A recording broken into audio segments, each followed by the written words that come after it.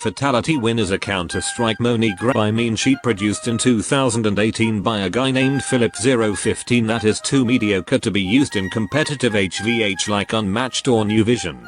It gets the perk of being ugly, unnecessary, confusing yet hilariously outdated.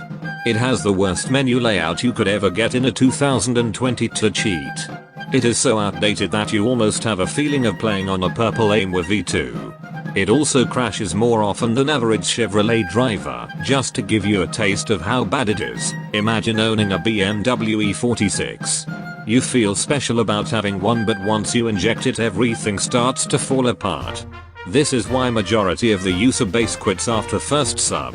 Its only role is to punish bad cheaters with cracked cheats while running away from the authority. And you will run away from the authority. If there are no bad players around, then you give up and surrender. Just like the French during World War II.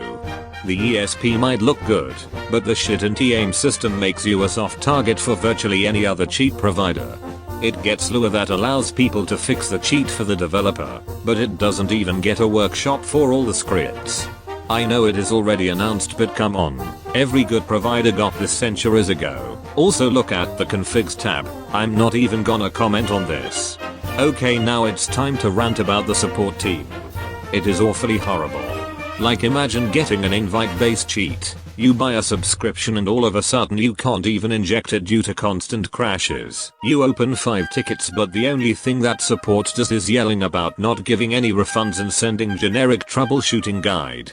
As a bonus, after purchasing a sub you will receive Counter-Strike source cheat access that doesn't even work. So don't be surprised when you'll face severe issues before even opening the menu. But let's assume you won't have any problems. Well, if you played on any other cheat before, you will have hard time with understanding Philip's logic. Like, take a look at minimum damage. You can't even set it to HP +1 for any weapon. What the fuck does extra safety mean? And imagine not being able to bind dormant aimbot. May I remind you that upon suggesting any change to the things I just mentioned, an alpha member will come in and tell you to fix your problem through a Lua script. Side note that to fix the cheat on your own you would need to even recreate the auto strafer, as the original one will stop you in dumb situations causing your death.